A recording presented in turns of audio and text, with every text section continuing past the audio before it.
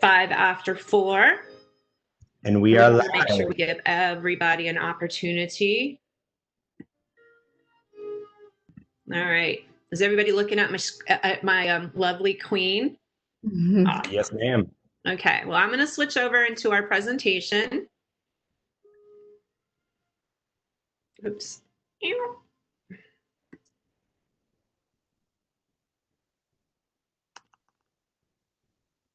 All right, here we go. All right, thanks. Good afternoon, everyone. Welcome to today's session. This is part of the DPI Arts Education Team's new mini-series called Feedback Buffet. This is sorry guys, I got to turn off my music. Sorry. Oh, you're fine. So we have stemmed this off of our Lemonade series. A lot of you have started with that over the summer, and we've decided to go a little bit deeper into feedback and assessment. So today is part 1, focusing on multimedia feedback and assessment. Just a note that we will be recording this webinar today and posting it to our webinar archive. You can also click on the link to the bit.ly that we've shared in the chat to follow along with the slide deck and access later if you wish. You'll also be able to find that on our webinar archive later as well. Please take a moment to notice the graphics on this page that are clickable links for you to find our Google site homepage. This page contains updates and links for you to register for any additional upcoming webinars that we might be having in the future, our webinar archive with recordings, and then a page also devoted for remote learning resources, which some of you are still in need of right now. There's also many more resources that you may find helpful in your planning and implementation for the year. You can sign up for our listserv, which we highly recommend, so that you have access to everything that we are putting out right away and receive our newsletters in your email. You can also follow along on our Facebook page, Twitter, Instagram for updates as well. I'd like to take a moment on the next slide just to introduce ourselves to you. My name is Sayward Grindley. I am your dance and visual arts consultant for DPI, and I transitioned into this role in May from teaching dance and dance education in the college setting, and prior to that in the public schools. My Arts Ed team member is Brandon Rader. You'll hear from him in a moment. He is your music and theater arts consultant, and he's also been teaching in the public schools for the past 10 years before starting in this position. He and I work closely together as a team and on all 4 arts areas. Even though we have our respective sections that we work on, we really work together in all 4 areas. I'd also like to take a moment to introduce very quickly, we have our section chief for social studies and arts education, former theater educator, Dr. Lori Major-Carlin, here with us today. Lori? Hello, everyone. Thank you so much for joining today. I'm excited to have this opportunity. I think it's going to be a tremendous, and I've been able to preview a little bit of it. And I know from the reputation, I saw it in the chat, so many people had attended Lemonade sessions and know that Stewart and Brandon put on a fantastic show. So thank you guys so much for thank you for what you're doing every day in schools. Our hats are off to you. We know that you are working so hard for our state's children, and from the agency to us personally, we are just so grateful for each and every one of you and for your fortitude, your creativity, and your desire to keep learning so that you can meet the needs of those students. So thank you all so much for being here. And Lisa, thank you very much for being a leader in this project as well. It's nice to sort of meet you for the very first time. My pleasure. So I'm so happy to be here. So without further ado, I want to also introduce our special guest speaker for today, Lisa Hervey, and she is joining us as a teaching professor from NC State, and she's going to just say hi and tell you a little bit about herself. Well, hi. I'm here to help you learn about some great tools that will help increase your feedback. Your students need to see and hear you. I don't know, do you want me to go into my full introduction right now, Sayward, or wait till later? You can do that later if you want. Just a little snippet is fine. Yeah, that's it. Like, we're going to have a great day. I'll introduce myself later. I know there's a lot of things that need to be taken care of. So I'll tell you all about me in a little bit, and then we'll get started. But they've got a lot of great information to share with you up front. All right. Thank you, Lisa. We're happy to have you with us today and for the next 3 sessions. All right, a few housekeeping reminders that we do encourage you to have your video on, but it is not required. Feel free to use the chat for any questions or tech issues that you might have, and either Brandon or I will respond and try to help you with that. Please also remember to stay muted so that we don't get any background noise or feedback, and we can all hear the presentation. We do have on closed captioning, or we should have that on, to help you follow along. But if for any reason you cannot hear or get your sound to work, remember that we are recording today, and you can always go back and watch the recording for anything that you have missed. If we notice that you may have accidentally unmuted, we might send you a gentle note just to let you know, so don't worry about that. Just a reminder that WebEx is our state mandated program. Here's a reminder of your screen and controls. It might look slightly different now. I believe there was an update in the last day or so. So just take a moment to try to notice where you can mute, find your chat and your video layout features. Again, if you're having trouble with that, then you can let us know, hopefully in the chat. Our agenda for today will include time to see each of these tools in action, some reflection, and some Q&A. Our series goals for this series are to help you understand some multimedia tools for engaging your students, provide meaningful feedback and assessment in arts education, and ideas for using these tools within your own classroom. And now I'll turn it over to my team member, Brandon. Hey, y'all. Well, as you can see from the graphic there, I hope that you come away from today being hungry for more. This is a 3-webinar series that we're going to have on Tuesdays at 4 p.m. Today is part 1 for multimedia feedback. Next week is Flipgrid first course, kind of a Flipgrid 101. And then part 3 on October 6th is our Flipgrid desserts, which is kind of the most delicious and most extensive in-depth details of how you can use Flipgrid in your classroom. So we're excited to dig in. And as you'll see on the next slide, super exciting is the idea that if you join us for the whole meal and feast from the entire buffet, you'll get to show off how epic your appetite is through this display of this gorgeous digital badge. So more information will come on how to request that badge after Flipgrid desserts, but it'll be a simple Google form that you can submit all of your CEU certificates, and then you can display that badge on your email signature, your website, however you'd like to celebrate your awesomeness. So with that, from there, we're going to move on to kind of just reminding ourselves what arts education looks like in North Carolina. We think it's really important to remember that we're stronger together, and that even though we're often the only educator who is teaching our subject in our building, sometimes our district, and these days definitely in our neighborhood, we're not alone. So just a quick reminder, we serve 1.55 million students in 2,500 public schools across 386 different public school units. And in those 2,500 public schools, over 7,000 teachers teach the 4 arts areas. And though the North Carolina General Assembly lawmakers create the laws and the State Board of Education creates the policies which impact your job, it is the job of DPI to create these instructional resources to help you be successful in teaching your students. Sayward and I are here for you. So whatever you need, please reach out, because you are not alone in this. Of course, we're really excited about the newly legislated arts high school graduation requirement for students who enter grade 6 in 2022. In North Carolina, we teach within the Comprehensive Arts Education Framework, and those 3 components of the Comprehensive Arts Education Framework are independent and were found by the task force to be completely necessary.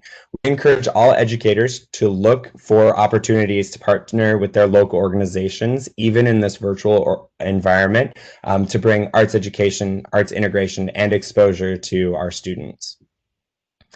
If you've been to any of our previous Making Lemonade sessions, you'll know how much I love the framework on the next slide. If you know it, fantastic. If you don't, make sure to come back and take a look at the NCDPI and Friday Institute Framework for Instructional Design Principles for Remote Teaching and Learning. There are 7 different components that are very well thought out of how to meet the needs of our students. Continuing with that idea of meeting the needs of our students, on the next slide, you'll see what North Carolina DPI Arts Ed is doing to address social and emotional learning. In November of last year, we joined the Collaborative States Initiative through the Collaborative for Academic, Social, and Emotional Learning. You probably know CASEL, and formed a CASEL Collaborating States Initiative team. And we often refer that as our North Carolina SEL implementation team. And recognizing that the arts really connect SEL in a special way to the arts, we immediately began putting together those natural connections between the arts and the 5 SEL core competencies, which can be found both in brief, in that interactive CASEL wheel, and then also in depth in the guidance documents. We have also started a webinar series for Arts and SEL, and we'll continue that throughout 2020 and the future. So, if you want to learn more about that, definitely click that link at the bottom. But I know everybody is hungry for these multimedia feedback tools for assessment in Arts Ed. So without any further ado, hopefully you don't have any whiplash. Lean back, loosen your belt loop a couple if you need to, and we're ready to dig in with Lisa. All right. Hello, everybody. I'm going to need some help how to minimize the screen so I can get to my Chrome bar. So help me when I get there, okay? I'm not sure how to do it. Do I just push escape? It's a continual frustration for me too, so I totally understand. Okay, well, you're going to have to walk me through that because obviously I'm going to have to jump back and forth between the deck and my screen. But all right, further ado. All right. Good afternoon, everybody. My name is Dr. Lisa Hervey. It is a pleasure to be with you this afternoon. I'm just going to give you a brief history of where I've been and how I've come to be here with you this afternoon. This is my 22nd year in education. I'll tell you my career backwards. I just recently finished a 3-year stint as the Director of Innovation K-12 and the K-4 elementary principal. And prior to that, I was a senior research scholar at the Friday Institute, as well as a teaching professor, which I continued to be in the digital learning and teaching master's program. But while I was at the Friday Institute, I had a great opportunity to go all around the state of North Carolina and beyond and really help K-12 teachers amplify technology to enhance and support student learning. But prior to that, I was actually, before going over to NC State, I was a 6th through 8th grade language arts teacher in Wake County's public separate school. Chains, knives, Adam 12, all of that happened with very marginalized population, but I still went 1-to-1 in 2006. And there was a lot of crying. That was mostly on my part. It's not easy using these tools, especially your first couple of times. Now, that's my educational career in a nutshell. But one last thing I want to share with you is I was actually an air traffic controller in the Navy. And I tell you that for 2 reasons. One, I'm going to get you where you need to go today, and I'm going to get you there safely. Both Sayward and Brandon and I are going to get you there safely. And then secondly, you just need to know I've been telling people where to go and what to do for a really long time. That's all. All right, so here we go. We're going to stop. We're going to chunk this up. There's going to be opportunity for question and answers after each tool. I'm going to be teaching tools. I'm not here to teach you the tools, but I promise you that there will be an opportunity for you to learn how to use the tools. There's a slide there that you might do something that's called Plurn. So I'm only going to talk for about 45 minutes, if that. And whatever time is left until 5:30, we're going to do something called Plurn, play, to learn, to plan. So you're going to actually have an opportunity while I'm in the room, Sayward's in the room, and Brandon's in the room to be thought partners, to go ahead and play around with some of these tools, mash buttons. So I want you to know that that's what we're going to begin with the end in mind. I'm going to teach you 3 tools, but I'm going to show you how I actually use them. And then I give you a slide that will teach you how to actually set them up for yourselves. All right, so let's get started. But before we get started into the actual tools, it's really important for me to always couch anything that I do in research. I just can't help myself. We shouldn't just be doing things because we should be doing them. I do believe that technology helps us in a variety of ways meet the needs of all the learners in our classroom. All learners learn differently. Doesn't mean they need special services. It just means everybody learns differently. And as teachers, we need to be mindful of that. So here are the principles put out by CAST or by Universal Design for Learning. And as teachers, we need to think about how can we use multimedia to do different types of representation of our content or our teaching. And action and expression, how are we allowing our students to tell us what they know or are able to do in a variety of ways? How are we able to use multimedia tools to help increase engagement of our students? So all the tools that I'm going to show you today meet one or all of these domains under the Universal Design for Learning. So the good news is if you're using these tools, you're given the opportunity for all students in your classroom to learn. All right, here we go. So the first area I'm going to start with is we're going to talk about the what of learning. So I'm going to teach you a tool that will show you a different way to do the what of learning and also how you give feedback to the what. All right, Brandon, here's why I need your help because I need to jump out to my Chrome. So what do I do? You should be able to just hit the exit or escape key. Oh, okay, perfect. That's all I needed. But you can still see my screen, correct? Yes. All right, guys. Remember what I said. I am not going to teach you the tool.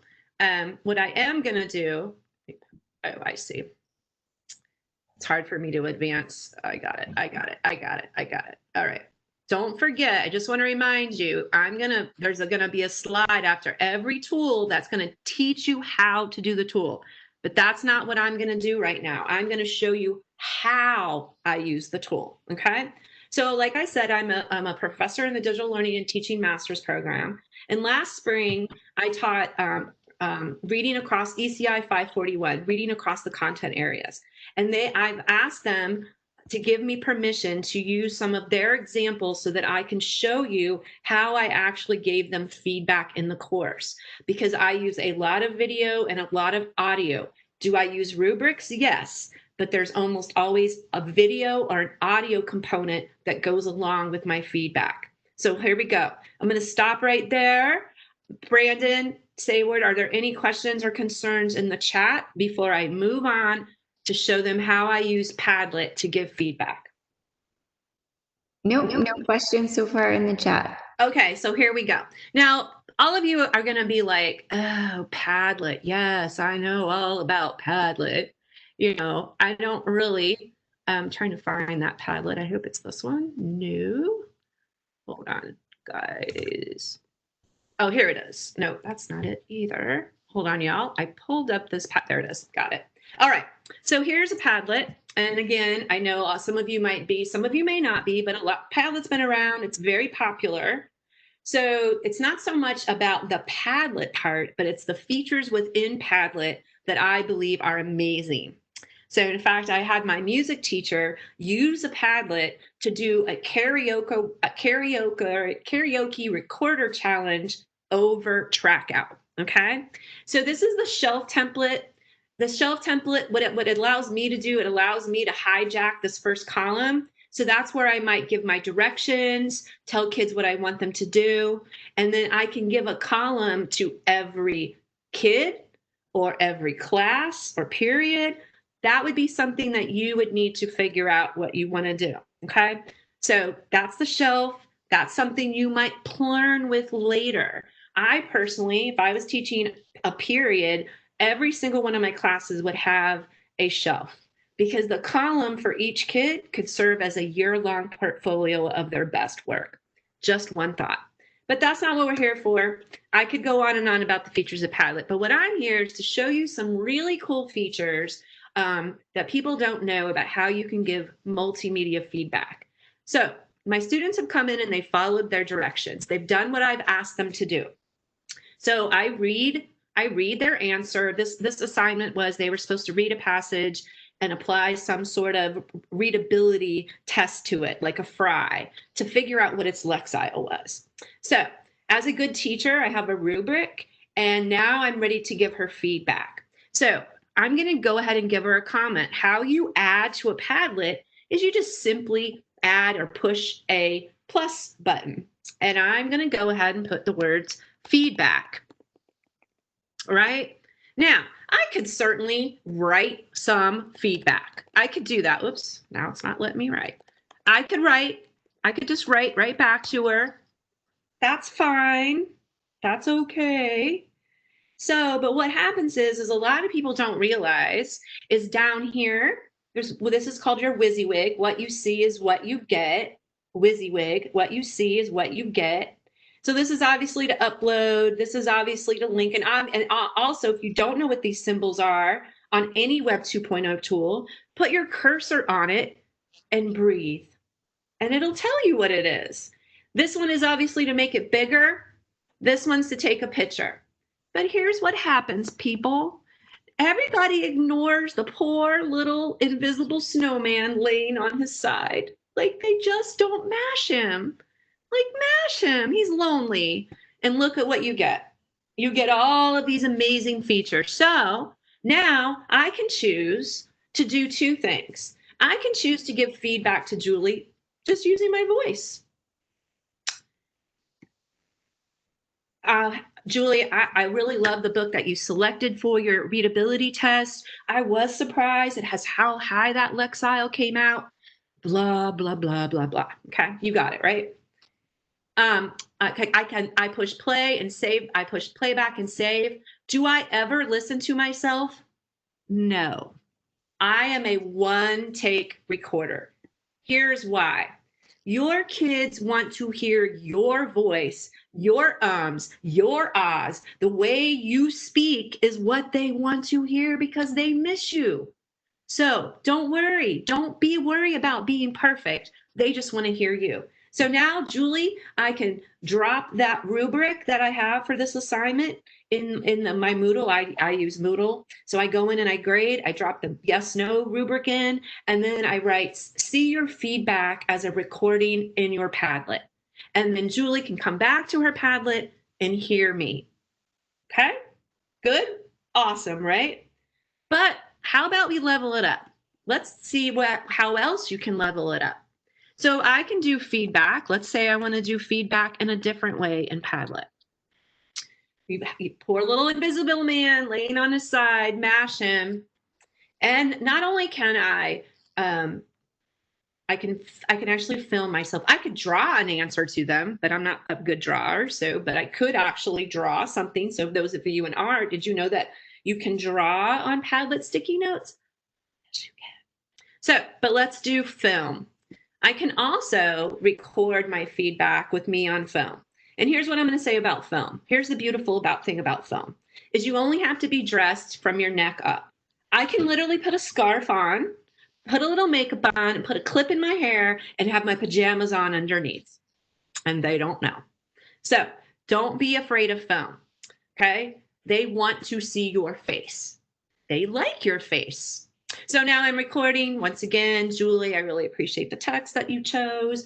Blah, blah, blah, blah. You get the gist, right? Okay. Same thing. I pause that recording. If you hated it, which I'm a one-take person, ums, ahs, everything, don't create a script and read it to them. Play back and save. Do I listen to myself? Absolutely not. I don't have time. I don't have time.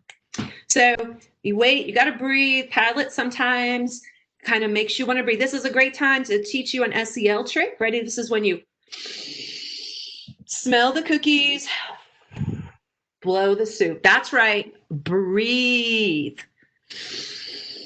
Smell the cookies, blow the soup when a tool's not doing exactly what you want it to do. Not to mention, that's a great thing to teach your kids. your students. So there you go. So there you go. Poor Julie can listen to me if I wanted to, or Julie can hear me and watch me. So then I'm doing 2 dual channels. And think about this: video, any type of video, gives every student in your class a front seat to you. They can rewind you, they can pause you, they can watch you again. They can't do that in real life. Video is a good thing. Okay? All right. So that is my Padlet presentation. Remember, I'm going to go into present mode really fast. I want to remind you that I just showed you how I use it. If you are interested in setting up your own Padlet, this next slide might be where you learn. I give you step-by-step directions, and I show you from scratch how to set up a shelf Padlet in this video right here. Don't watch that right now. Watch that later. Okay. But remember that this is here. So you might want to pin this deck, save this deck, do whatever you need to do to get to remember where these slideshows are. So before moving on, just like we chunk instruction with our kids, before I move on to the next tool, I just want to stop there and ask, are there any questions, concerns, or pushback before we move on to the next tool?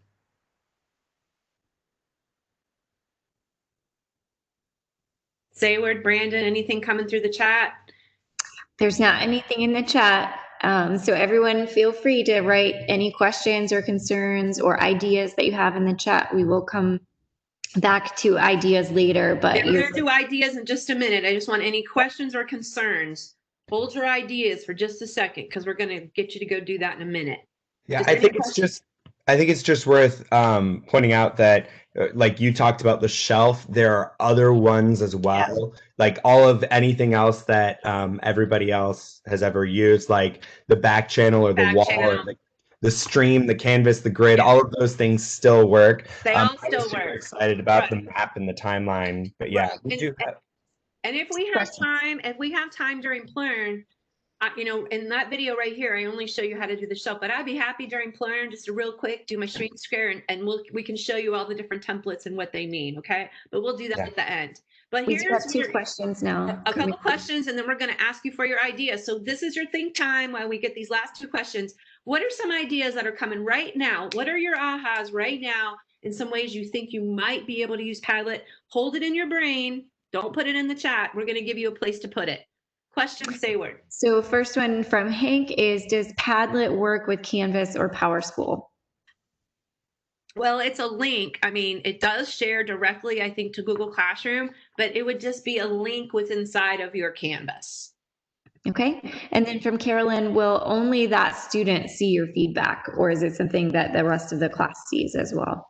Absolutely. The rest of the class will see that. I believe in both public and private feedback. If we don't ever model what constructive criticism is for our kids, then how are they ever going to know how to give it to each other when we ask them to do it for each other? So certainly I give my kids private feedback, but I also occasionally give open feedback because I believe in a community of learners and we can learn from each other. And I would be honest and open with my kids about that.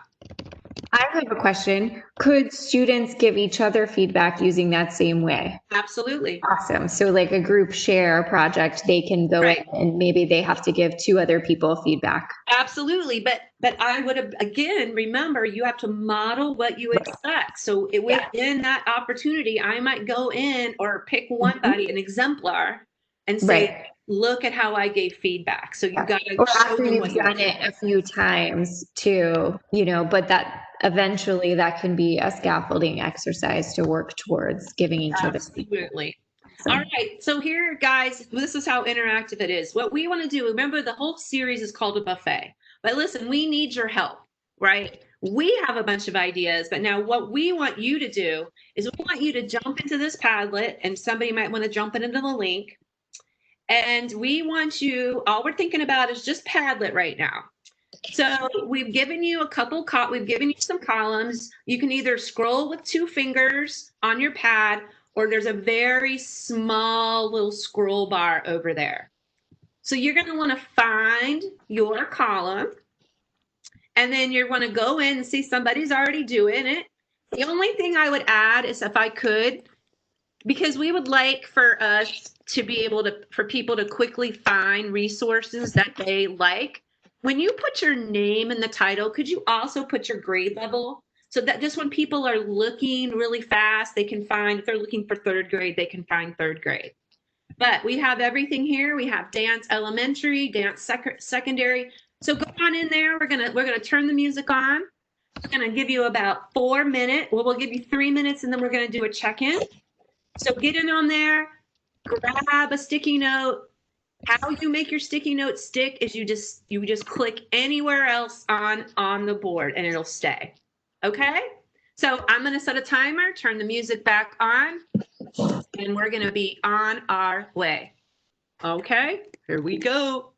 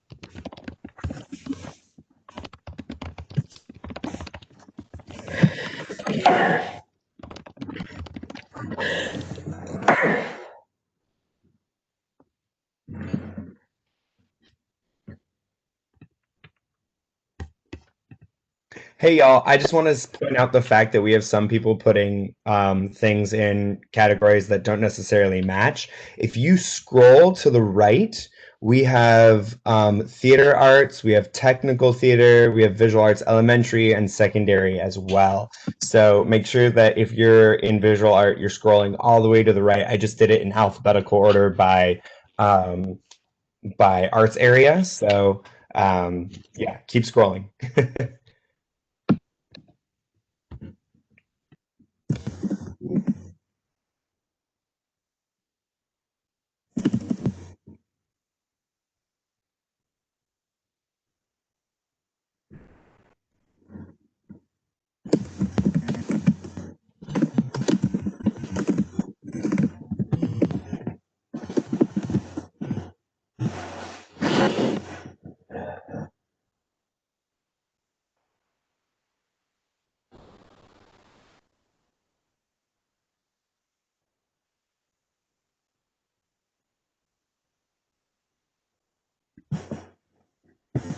Lisa, are you talking to us? You're muted. Yeah.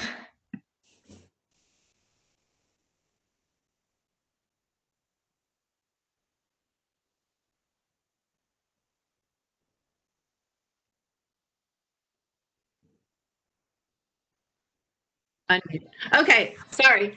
I was gonna say this dance idea. I'm just picking on one. My high school teacher, because I was the director of innovation, she used Padlet and had them use their phone, their massive weapon instruction, and the kids would film each other, put it all up on the Padlet, and then the teacher would come in and critique, and then they would do it again. So like this iterative like feedback loop. All right, there goes my timer. I'm going to ask Sayward or Brandon, anybody in the chat, if you need more time, just say yes, and we'll give you another minute. Anybody out there need more time? You can give us a thumbs up. You can say yes in the chat.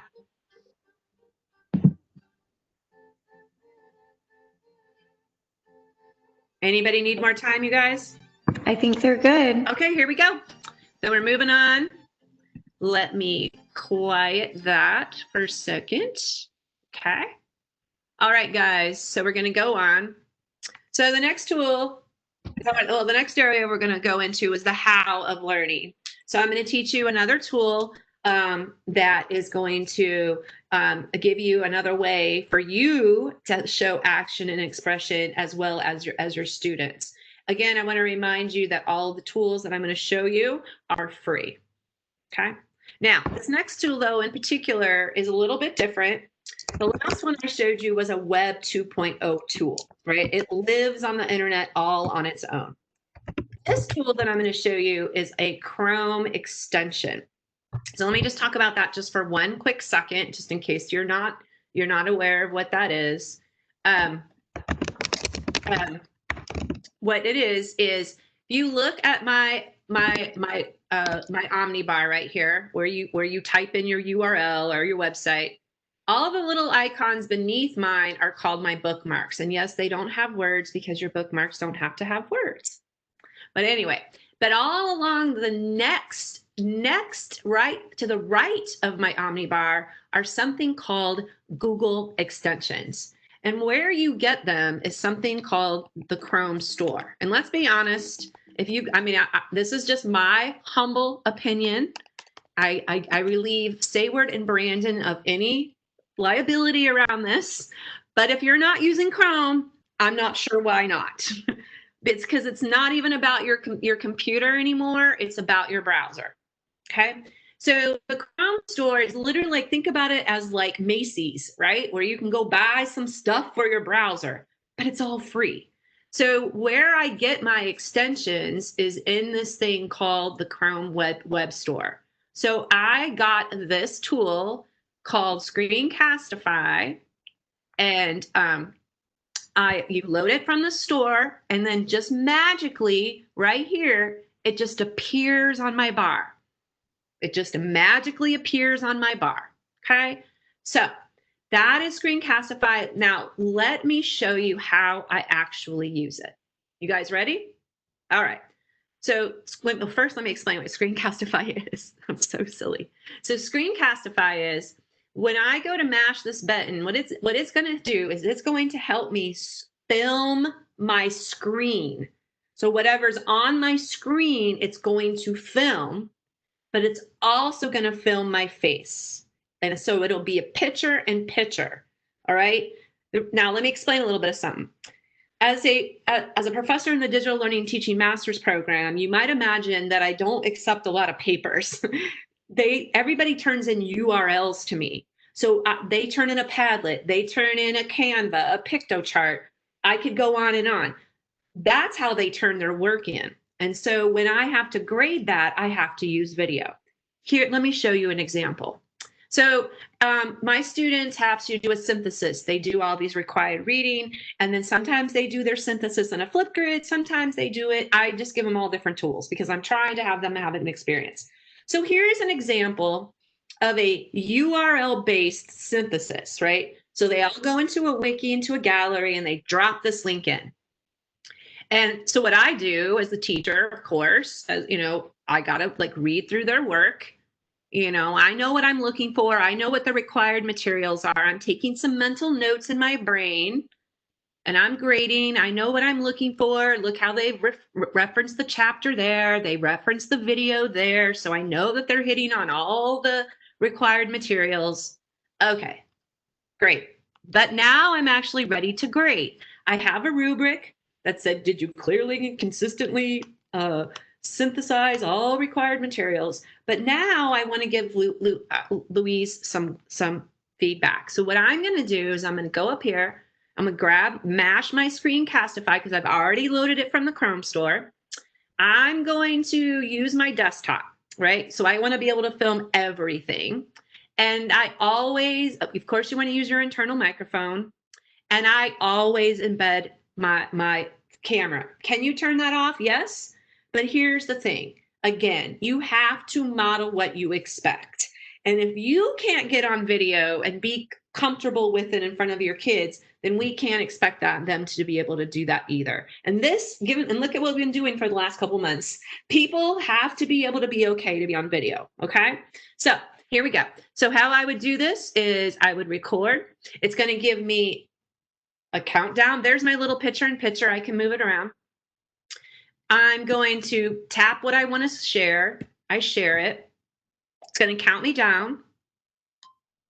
Now I'm grading. Hey, Louise, I really did a really great job on your synthesis this week. I really appreciate how you were so funny. You gave us all these hellos in different languages. Especially since this was about PSYOP. So I thought that was really clever. I love how you raised some of the questions from the videos, blah, blah, blah, blah. You guys get it, right? So I would give my feedback 2 to 3 minutes because after that, they're not listening to you anymore. 2 to 3 minute feedback because they're not listening. I'm going to stop sharing. I'm not doing anything. Screencastify does this. Okay. So once you end your video, it immediately brings you into the editable place. Now, they just changed this. It is purposely muted. It took me like 3 times to figure out that they changed that. So I thought my audio wasn't working. So again, like I said, I don't listen to myself. What I do is I would change this. I would go in here. You just put your cursor here. It's not very intuitive. You just got to put your cursor there. And I would say, oops, spell her name correctly, first of all.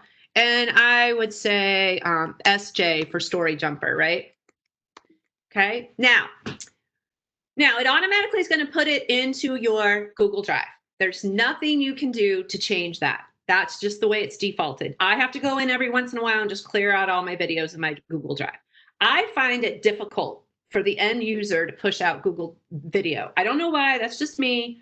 I want to go to something safer. So what I do when I grade is, yes, I go to YouTube. But do not panic. YouTube is not bad. YouTube is actually amazing because I can toggle this setting right here to unlisted. So what that means is only the person I send the link to and myself can see that video. So what I showed you last time was public feedback. This would be considered private feedback because I'm going to put in my rubric and underneath I'm going to say, please see your feedback, YouTube link. This video is unlisted. Only you and I can see it. I tell them that the first time so they don't think that I blew them up on YouTube, right? So that's it. So it's a great way to quickly grade your film, grade something that is a URL. And I'm going to show you one other thing, and then I'm going to get to our next tool and we'll move on. So super easy. This is kind of a little bit of onboarding. This tool is a little harder to get it going and get set up. But once you do, I can't teach without it personally. I teach every day with it. So it takes a little while. I don't know why. I got a lot of things open. So we'll just wait for a second. And actually, I think I can show you this while we're waiting. The other feature I like about Screencastify is obviously most of the time I'm going to use the desktop. But sometimes maybe you just don't want all that. You don't want to film your screen. Maybe you just want to film you, right? So I love that. It kind of gives you 2 features in one. So if you just want to maybe give directions in Canvas or give, leave substitute notes or whatever. So anyway, there it is. That's the link. And that would be the link that I would share with my kids because it's unlisted. All right. that's it for Screencastify. I'm going to pause right there, and we're going to stop for questions and concerns. We're going to give you a chance to put your ideas down in just a little bit. Awesome. So we've got lots of people who have tried other things like Loom and VidGrid, and apparently even Canvas allows you to do some of this stuff. So there's questions about creating captioning or an editable transcript. Well, like, does Screencastify do that for your videos? Well, here's the thing. Screencastify doesn't. Let me do this. But YouTube does, right? But the YouTube does, right? Yeah. So that's, that's where I would go with that, right? You would just go into your. I'm Grady. Hey, Louise, I really did a really great job on your synthesis this week. I really appreciate how you. Do I have to go in settings? I can't remember. Flows in different languages, especially since this was about It might be something that you have to do in your settings, but in the editing part. Yes. Right. I think that's right. I think I have to go in here and allow closed captioning, right? Linda's asking if you use the broken snowman. You're funny. All right. I'm just not sure. Gosh, why? It used to be in the wheel. I swear it used to be in the wheel that you could just turn on closed captioning.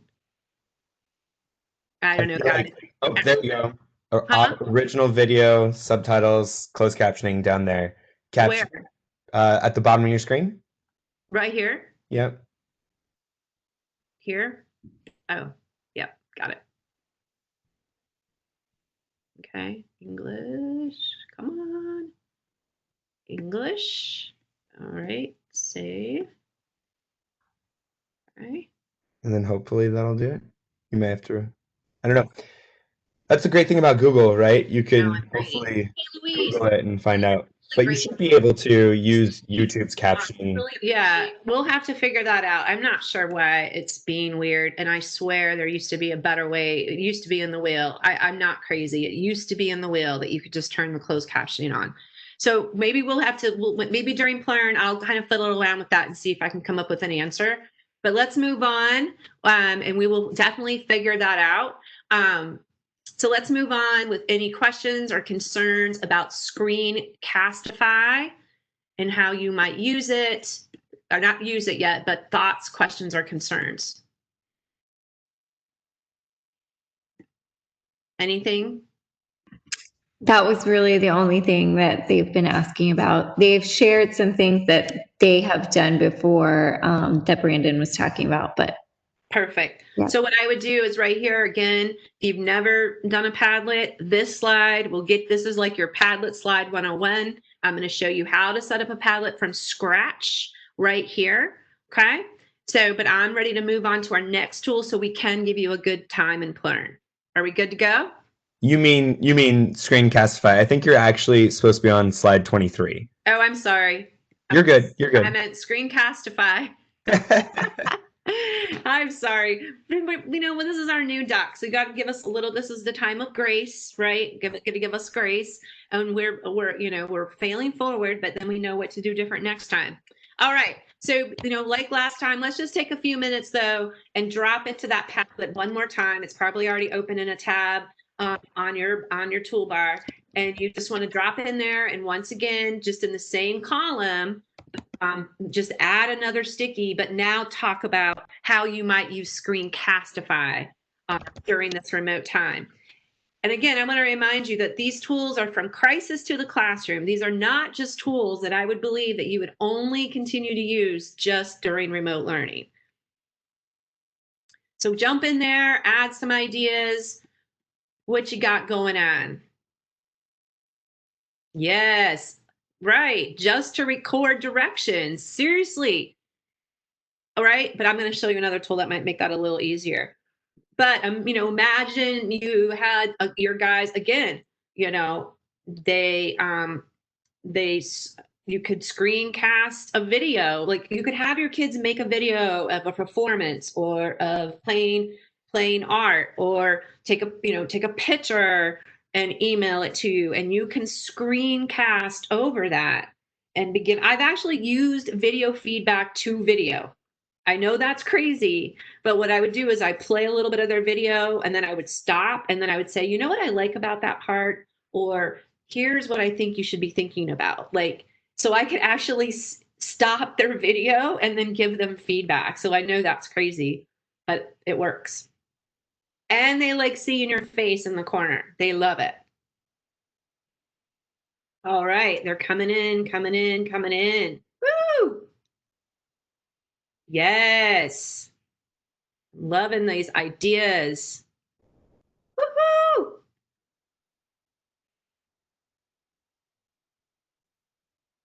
I mean, even think about, I mean, in art, music, all of it, like kids could record their own performance and then do a Screencastify and give themselves their own critique. Just something to think about. It's like inside the actor's studio live. Yeah. Right? With commentaries over the top of their own. That'd be amazing. Yes. And then you could drop them all on a Padlet. Just kidding. All right. Keep those ideas coming, but listen, I'm trying to protect learn time. I've just got one more tool I want to show you. It's super simple, super easy, so it won't take me that long. And then I want to drop us into Plurn. All right? Does that seem okay, Brandon? Say word. Everybody, are the folks okay? All right, here we go. We're going to jump over to the last and final, not least, but final tool. Okay, I don't think I need that, but I'm going to go over here. Okay, so we're going to now... We're going to go to the why of learning. Like, how do you engage? How do you level up engagement, especially when you're giving feedback, right? That tends to be sometimes when kids don't want to engage. They're like, yeah. You're like, did you read my feedback? No, not really. Okay, because what we know is assessment drives instruction. And if you assess them and they don't read their feedback and elevate their engagement around that, then they're not going to do better. So we got to figure out how to way to make them listen to us. So I'm going to introduce you. I'm going to show you, like I said, I don't do a lot of papers in my course, but I do have a couple. I have a collaborative action research paper or class, but that's really toward the end of the program. So it's a really big, heavy class. And there only tends to be about 8 of them in there. And they're working on a really big research paper to end their program. So what I do is, let me just show you an example. Now, this is a scaffolded reading example that I use in that same class, reading across the content areas. It's a big final capstone project that they have to do. And what I do when I grade a paper, because it's like hard, that's the hardest thing for me to grade. I'd much rather grade Flipgrid or Padlet, but sometimes you got to do this. So what I do is just like normal, I would go through, I grade analytically, and then I grade holistically, because I used to be a national board assessor, and that's how you're taught to grade. So I go through and I make some very specific comments throughout this person's paper, right? I go through and I give my analytic comments, but I also want to take advantage of dual channel, because that's only reading. I also want them to be able to hear, see, and hear. So I'm going to teach you this really old but goody tool called Vocaroo. Now, this is Vocaroo, and here's why I love it. No fuss, no muss, no sign in, no craziness. Just use the tool and go. Let me show you how you do this. So I've already read that paper. I've already got some of my comments in my mind, and now I'm going to give some feedback. So I'm just recording now. And, you know, they can't see me on their paper. I'm just recording. You know, I really, student X, I really appreciate how you gave us a lot of demographics about your class that really helped me understand the students that you were doing this scaffolded reading experiment with. I really love your assertion about the EOGs and the idea about Lexiles. Okay, I'm making this up. Okay, really, I'm just making this up at this point. I go back to my Vocaroo and I say, stop. Okay. I don't listen to myself because I don't care. I don't have time. I save and I share. It's going to give me a URL. Is this URL going to be stored anywhere? No, because you didn't sign in. You're going to copy this URL. Now, this URL will work forever and ever and ever as long as it's linked somewhere. But if you go off this page and you push your back button, it's gone. There is no sign in, there is no fuss and muss.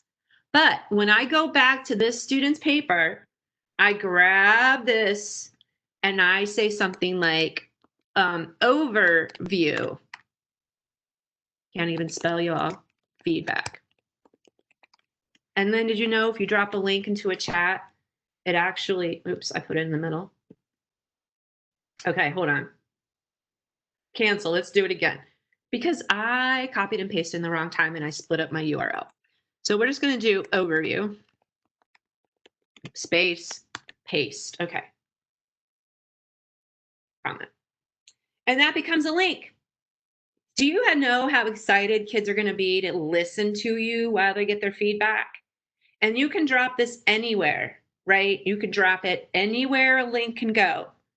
And I love it because there's no fuss, no muss. For those of you that are not maybe so much into the video piece, this might be where you start and build to video. But I love me some Vocaroo. Easy, breezy, drop it in. They can hear you. Let me show you another way I use it. I don't know if many of you guys use Remind, but maybe you might want to share this with some of your content area teachers. If you have a school that's using Remind or any of your squirrel friends at school that are using Remind, this is how I send using my text app. I use Vocaroo. I make my Vocaroo about what I want to tell them, and then I drop that into my Remind message. And then guess what? They're listening to me on their phone. They won't answer your email, but they'll listen to a Remind text. Okay, so I'm gonna stop there, and we're gonna go ask for any questions, concerns, or pushback, and then we'll jump right into the Padlet, and then we're on to Plurn. Remember, this is the slide. If you want me to show you how I did Vocaroo because I went super fast, this is your slide. If this is where you want to Plurn, this is your slide. Say word, Brandon, any questions or concerns before we get ideas? Yeah, so I was just gonna clarify that since the Vocaroo just gives you a URL, you can drop that into any LMS, whether it's Canvas or Classroom or Dojo or like you said, or an email. Or an email. If the only way right now you're able to get a hold of your kids, and we know this is a reality, email. Yeah. Or if you can text the parents, maybe you're in Class Dojo, drop it into Class Dojo. I mean, yep. Anywhere a URL can go, Vocaroo can go. Right, because then when somebody clicks on it, it'll open up a browser and they can just hit play and listen to you. That's right. And so imagine, especially during this time, I find it's a lot easier to explain things using my voice than trying to explain it in a giant email. And then all the parents get confused. When I have a problem with my grad class or there's some sort of a confusion about this week's assignment, I just jump right on Vocaroo, tell them, drop it, go. If I tried to send an email, I'm not quite sure I would solve the issue for everyone. But orally, I tend to. That makes sense to everybody. Questions or concerns or pushback before we have them drop their ideas? All right, let's jump one last time into that Padlet. Remember, this is you building your own buffet, right? Sharing is caring. Put out your ideas out there so that when other folks that weren't in this webinar, when they come to this Padlet, they can see all of your amazing ideas. So how do you see yourself using Vocaroo? One idea. Don't forget, your theater people, you're way out here. You visual arts people, theater people, you're all out here. How do you see yourself using Vocaroo?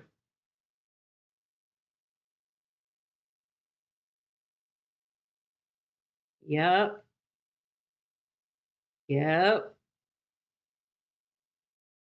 You also notice that I'm monitoring the Padlet. So like if you let your kids go loose on something like this, they got to know that you're watching. And then in the classroom, I would have it up on my whiteboard just so they know I'm like peeking at it. For everything, Brandon. It solves the whole world's problems. We're solving the world's problems with Vocaroo. if you're trying to put together, a play and we're in this virtual environment, what an amazing way. Because, like you said, trying to host all of this video and all of these recordings and everything is just filling everyone's inboxes and everything. And this is a great way to just harness the power of someone else's cloud. Yeah, I mean, seriously.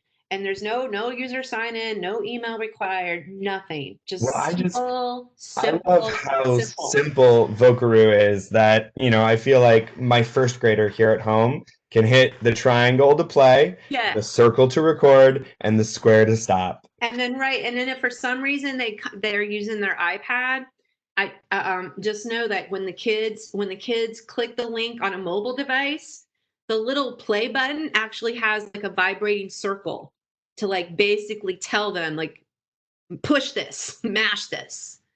Okay? All right, you guys, that is it. 3 very simple tools. I also like to liken to make yourself feel better as you move into Plurn. Remember, Plurn is to play, to learn, to plan. You cannot know everything about these tools until you do this. Mash this button. What does that do? What does this do? What does that do? How do I get this thing out? What does it look like for my kids? And don't do it with content. Every time I plurn with a kitten. Everything is about a kitten. My first Vocaroo would be about kittens. My image on my Padlet would be a kitten. I would be film screaming kittens because I don't want to think about the right image, the right text, the right thing right now. All I'm trying to do is learn this tool by plurning. Then I figure out how you export it and send it to a friend. Phone a friend. Make sure that the link works. Ask them what it does on their end. All that kind of stuff. That is the purpose of Plurn. Okay? This is your opportunity while we're all still in the room with you to be a thought partner. We're going to be asking you in about 5 minutes or so, what are you plurning on? So you remember, you have all those decks you can go back and look at. You could just start messing with these tools. You could ask me to show something in the chat. I would be happy to do that. This is your Plurn time.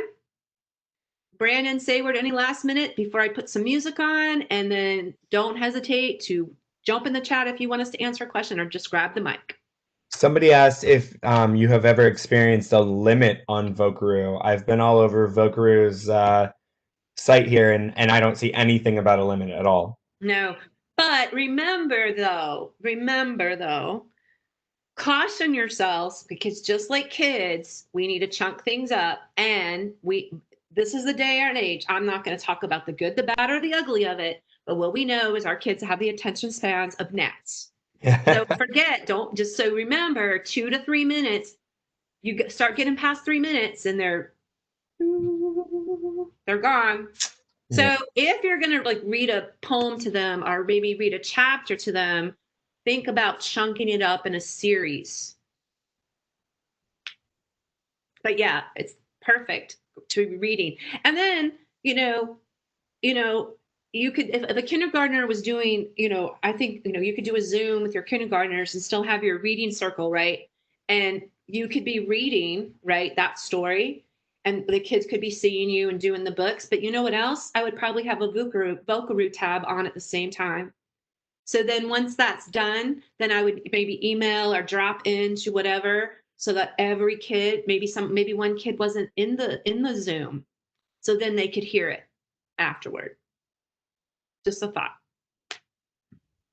All right, you guys ready to plurn? This is where you plurn. We're gonna play a little bit of music, and then Sayward and Brandon, when you're ready, you're gonna put out there and open your mics, and you're just gonna say, tell us what you're plurning on, and you're gonna put it in the chat. Cool? Awesome, here we go. Oh, wait, I always do this backwards. The smartest person sometimes on the planet. That's for sure. All right, here we go. Make sure I'm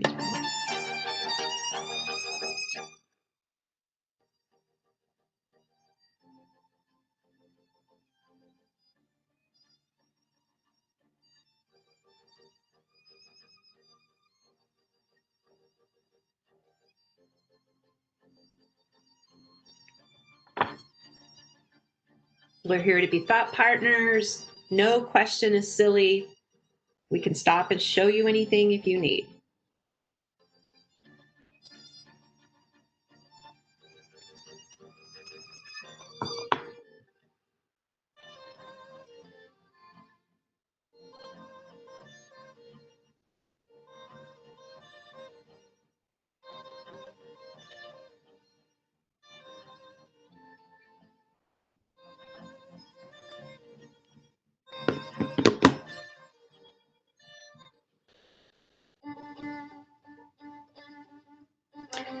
Yes, Screencastify is free. There is an unlimited version. You get a 5-minute limit on your videos, but that's perfect because remember what your window is, 2 to 3. They did have a COVID-free version for a while, using the code COVID-19, I think. There is a paid version. I did pay for it.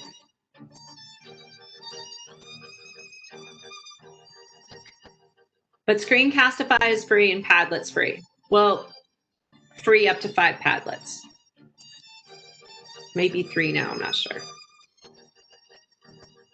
Somebody on Facebook actually said 7. 7 now? Yeah. Yeah, and before you panic about that, right? Remember, there's a couple ways to fix that problem. It's something my 7th grade team did. It's what my elementary did. It's what we did at the Friday Institute. We shared credentials. So basically the 7th grade team made up a single email, awesome 7th grade team at, eastwakeacademy.org. They had a password that they all knew. And they as a group bought a Padlet subscription. But then they could share it unlimitedly, right? And that's what we did at the Friday Institute too. So we would share credentials. So you want to give Padlet a little bit of money, but we also know that not everybody can always afford that $8.99 or whatever it is. But the 4 of you or the team or the grade level maybe could all pitch in. Or you can have more than one email. I'll leave it at that.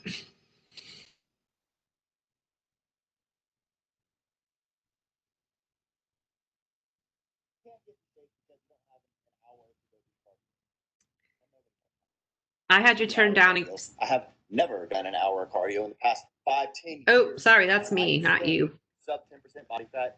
Sorry about that. Well, you say, well, I was just going to share the fact that in Vocaroo, once you hit the save and share, you can share it multiple different ways, not just as a URL, but we also were talking about the fact that it will generate a QR code immediately as well. You just click the QR code image, and then you can click download for that QR code. And so it's ridiculously easy to share that. And it just makes me think of the ability of a kid to make a commentary on their visual art for a gallery, right? And then that QR code lives right next to it, whether it's on the Google slide or whether it's in the actual gallery for real life. So like you were saying, this is not just for the virtual learning environment, this is for always. Lisa, you're muted, but I was going to say our ELA people would love the fact that we're encouraging our students on these speaking and listening strands, to explain their composition, whether we're a dance composition, theater composition, music composition, or artistic composition. Anytime we can get our kids to practice their speaking skills, that's fantastic. Yeah, and I had the honor and privilege of doing that exact thing. My art teacher amazingly, but was a little not as comfortable with technologies as she wanted to be. And I walked her through how to use Vocaroo and how to make a QR code. And sure enough, she put up all, she was, I think it was frogs. And then she does the sunflower. I don't know. I don't teach art, and sure enough, K12 or K4, every kid had their art out in the hallway with a little QR code next to it. I was even just thinking about how easy it would be for, kindergartners who have never met a specials team, for you guys just to create a Vocaroo that when they click on your picture or whatever, you're like, hi, I'm Mr. Rader. I'm your music teacher this year. Even though I haven't met you in person, I'm so excited for the time that we can get back in the classroom. Just any time that you can add your own voice to your image. Right. And also I would encourage, I mean, I know arts teachers may not necessarily always have their kids on Remind, but it is something to consider because you guys are a group of teachers that provide unlimited amounts of support. And I would wonder if you use the Remind text just for your classes, because then you could drop in Vocaroos that could encourage them, because you can also communicate individually with kids in Remind. So I can send a message to my entire Remind class, or I can just chat individually with them. And imagine if they opened up their phone and they got a text and they had a word of encouragement from you as you're working on a piece, art, music, dance. That's incredible. Well, and what I used to do as an elementary music teacher is I would get on all of my other classroom teachers' reminds. So they could add me as a co-teacher so that parents didn't have to deal with a classroom remind and a music remind. We could just all use the same one. Right. I love that. I love that. All right, I'm going to stop sharing. Well, we got a couple more things to do. I just want to look at the chat for a second. Can I do that? Yeah, so if you click on the chat up there in your share screen, at it. I wish I had known that all this time. I was going to say we can't even see it. It won't. This is better than Zoom. Zoom needs to fix this. Like this. You are officially the first person who has ever said that. Right. All right. Good. Right. Love it, guys. All right. We're going to let you learn. Why don't you drop in there? Yes. Would Vocaroo work on Dojo? Absolutely. Anywhere a link can go, anywhere you can drop a link, Vocaroo works. 100. So why don't we, in the next naughty kitty girl, my little kitten has been naughty today. He's starting to be able to get up on surfaces, and that's a problem. So why don't you start dropping in there and start telling us just, what's something you're planning on? What's something, even if it's just a thought, you're just thinking, but what is your plan? What are you playing with to learn, to plan, to use with your kids from crisis to the classroom? Why don't you go ahead and drop that in the chat? And then we're going to do a quick reflection protocol and we're done. We're out.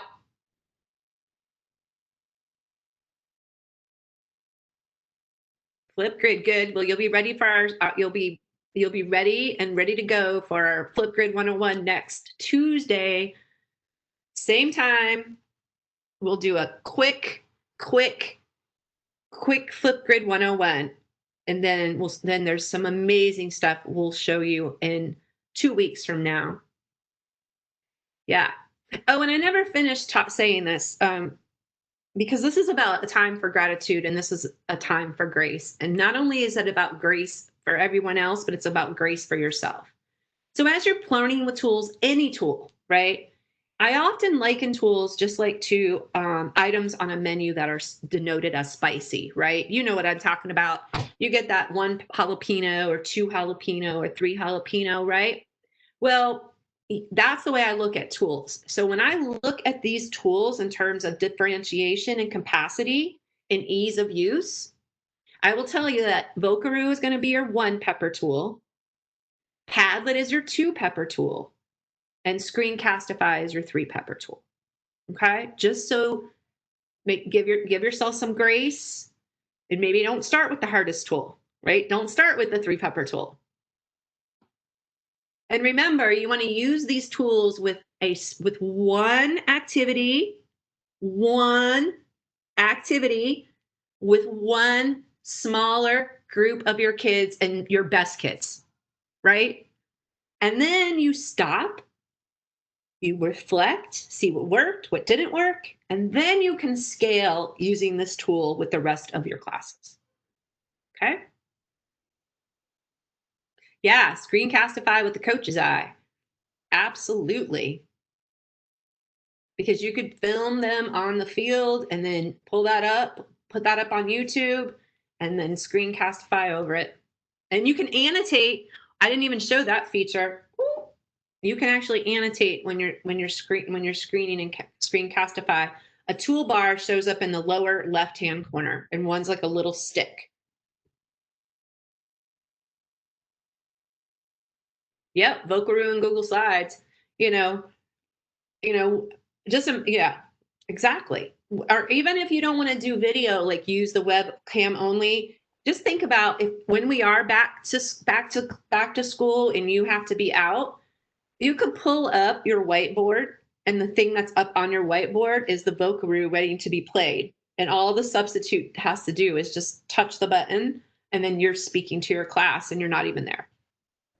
That's amazing. I love that Lynn was just talking about making her Bitmoji talk. So somebody on Facebook was asking about whether or not Vocaroo can translate, and I was mulling over this, and I realized that if you go to translate.google.com and you type in what you want to say, then when it pushes it over into your foreign language, so if it were Urdu, for example, if you hit the little speaker button, it'll speak it in Urdu.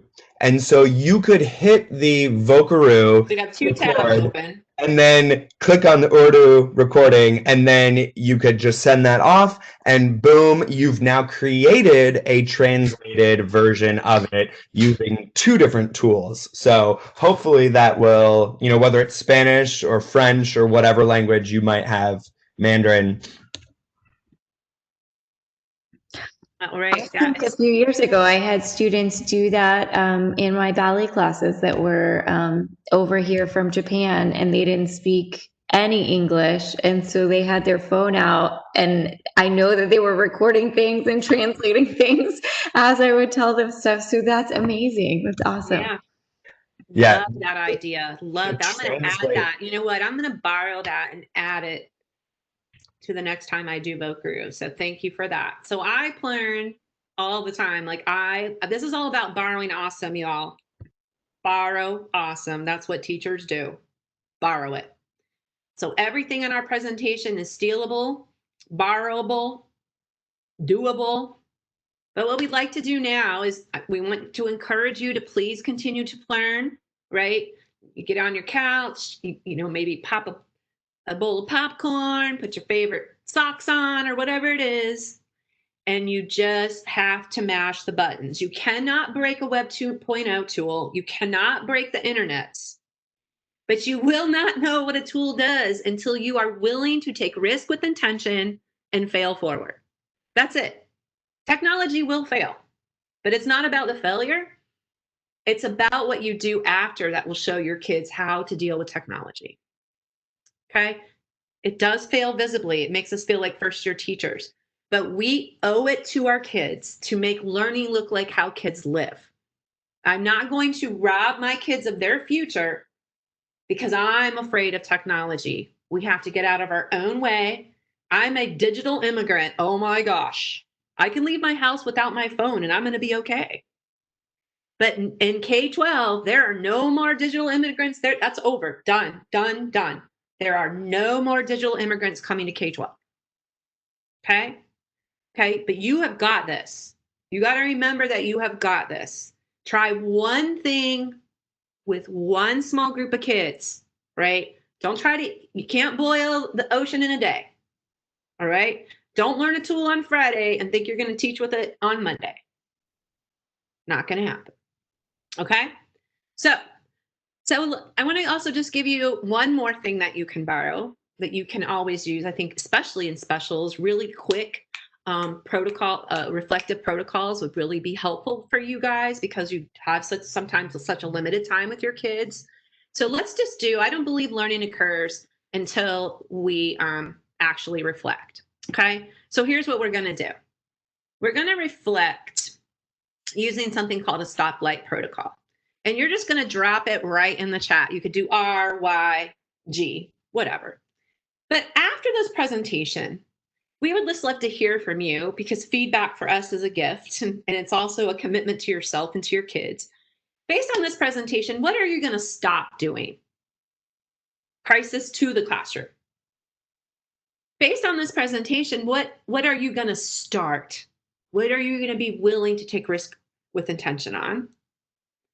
And then last but not least, what have you been encouraged to continue? Because good teaching is good teaching is good teaching. So drop that into the chat. RYG. Just tell us. We'd be so interested to see. What's your stoplight today? What's your stoplight? Tell us, tell us, tell us, tell us.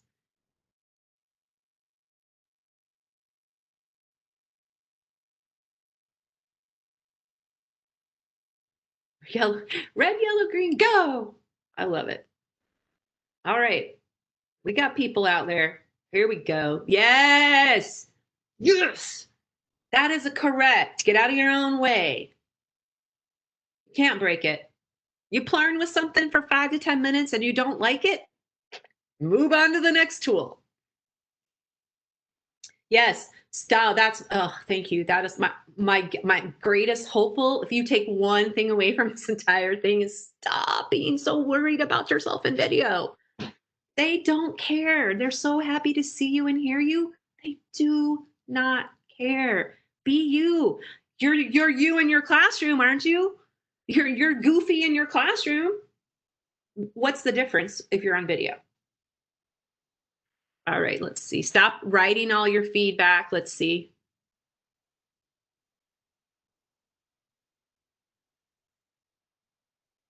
Yeah, stop making all tools. Not all tools are going to work.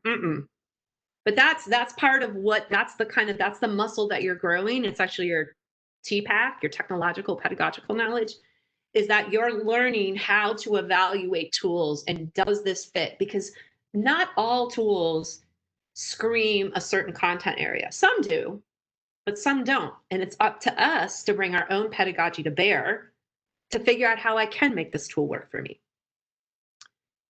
Start using more technology and reflection and feedback. 100, allowing them to give you what they understand in multiple ways. Is it okay once in a while for a kid to record what they know and put it in a Google Doc? Right? Yeah, video and person with hybrid, because, you know, when we get back to the classroom, those Screencastifys or whatever you're doing or video, literally, I've done sessions at NC Ties. I do something called micro writing, centers and micro writing, and I have 4 centers, and there are 3 centers where there's a QR card of me telling them what to do in the center, and I'm at my teaching table. So that's right, folks. You can literally be in 4, 5 places in your classroom at once. Video and QR codes. Yes, continuing learning. Continuing to be a learning. Yes. Don't ignore the little snowman. Don't ignore the snowman that's standing up. Right? If you see the invisible man standing up, that's just before he's fallen over. Click him too. I bet you there's all sorts of amazing things. The snowman is your friend. Okay. So I just want to show you a couple more things. That I don't know why I just skipped that one. Okay, this is just, again, this just goes back to encouraging you, and it goes back to that comment about not every tool necessarily has to fit my content area. So this is where you come. You have to evaluate, does this work? Does it explicitly help students learn something? Does it evaluate barriers? You have to evaluate the effectiveness of its ability to support student learning. And when you begin to use a tool, you have to do something called session 0. If you're going to have them do Vocaroo, then you have to have a time where they just do nothing but a fun Vocaroo. Like, what's my favorite color? Record. Okay? Not teaching them anything. Now, we're going to open it up. Last but not least, final time for Q&A. Any questions that you have? I know we're getting toward the end. We've got about a minute. Any final questions that you have? We'll hang out for 2 or 3 minutes. Yeah, if you continue to have questions after we push out the survey, you're welcome to stay on for a couple of minutes as people have to kind of get going. So feel free to do that if you have any other questions. Yeah. Yeah, Explore Chrome extensions. I can't even get into it. There's one that I do there's a session that I do that's all just about learning differences and how you teach kids to use extensions to make things bigger or read to them and all sorts of stuff. But that's a whole other series. Okay, guys, well, we're going to get to that last slide. I forgot to say this. Oh, and guys, so sorry, Brandon, I feel terrible. No, I totally forgot about it. Don't have great ideas. Brandon has put together amazing ideas for every single tool. Well, mostly Sayward, I will say. Most of them. Oh, Sayward, I'm sorry. So if you're still in here, I hope you are. Tell your friends if they jumped out early. Like, don't forget to look at the slides. Amazingness. I'm borrowing this awesome, y'all. All right. Yeah. So yes, there are examples. So there are examples in each of those from each discipline if you go back, and then there's general ideas as well. So make sure that you take a second to kind of click through those, and it'll give you some ideas to move forward and some concrete examples for you to take. So we go to our closing slide here. So make sure that you click on this link to fill out your survey to get today's CEU certificate, and that will be automatically sent to your email with your name on it. That is the certificate that you turn into your principal, your school, to get your CEU credit for today. So make sure that you save that when it gets sent to your email, you hang on to it. And then when you attend the other 2 sessions and you have all 3 of those, that's how you will send those back to us with your Google form to be able to earn your digital badge. So just let us know if you have any questions. But make sure that you fill out that survey in order to get your credit. That's the only way that you can get that certificate. So thank you so much, everyone, for attending today. Like we said, we will be on for a few more minutes to answer any additional questions, but we know a lot of you need to get going.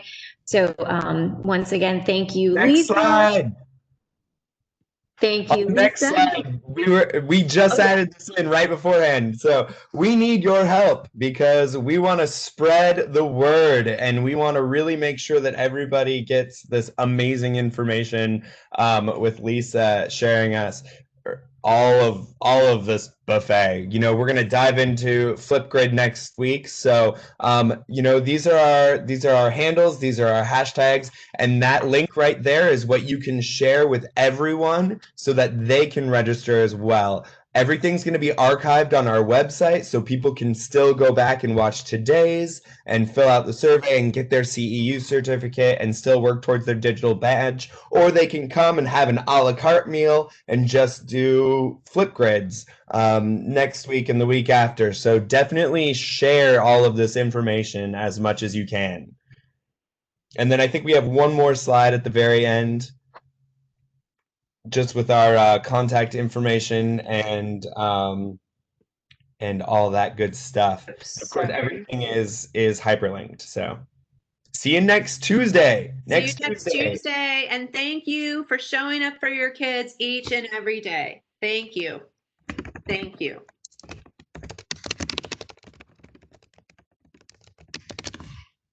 Hey, you guys want to stay on? Yep. No problem. We usually stay for a few minutes. Right.